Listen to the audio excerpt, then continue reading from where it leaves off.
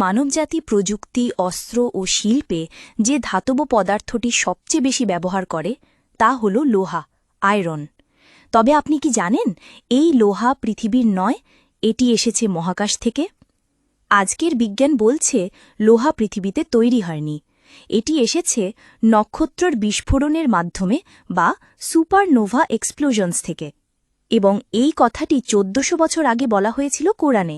আল কোরআনের আয়াত, সূরা আল হাদিদের আয়াত ক্রমাঙ্ক ২৫, ওয়া আনজালনাল হাদিদা ফীহি বা'সুন শাদীদুন ওয়া মানাফিউ লিন্নাস।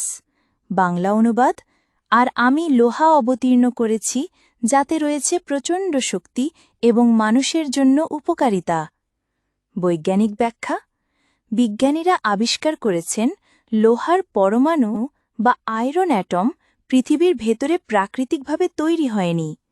এর উৎপত্তি ঘটে খুব বড় বড় নক্ষত্রের মৃত্যুর সময়, যাকে বলে সুপারনোভা এক্সপ্লোশন। এই সুপারনোভার সময় তাপমাত্রা এত বেশি থাকে যে তখন পরমাণু গঠনের সময় লোহা তৈরি হয়। পরে এই ধাতু মহাকাশে ছড়িয়ে পড়ে এবং গ্র্যাভিটি বা অভিকর্ষ বল লোহাকে পৃথিবীতে এনে ফেলেছে। অর্থাৎ আনজালনা, অর্থাৎ আমরা লোহা অবতীর্ণ করেছি। এটি শুধু রূপক নয়, বরং আক্ষরিকভাবেও সত্য। যখন বিজ্ঞানীরা গবেষণাগারে বসে এই সত্য আবিষ্কার করেছে, তখন কোরআন সেই কথাই বলেছিল ১৪০০ বছর আগে, যখন কোনো দূরবীন, রকেট বা গবেষণাগার ছিল না। এটাই প্রমাণ করে যে আল কোরআন শুধুমাত্র একটি ধর্মীয় গ্রন্থ নয়, বরং এক অনন্ত জ্ঞানভাণ্ডার।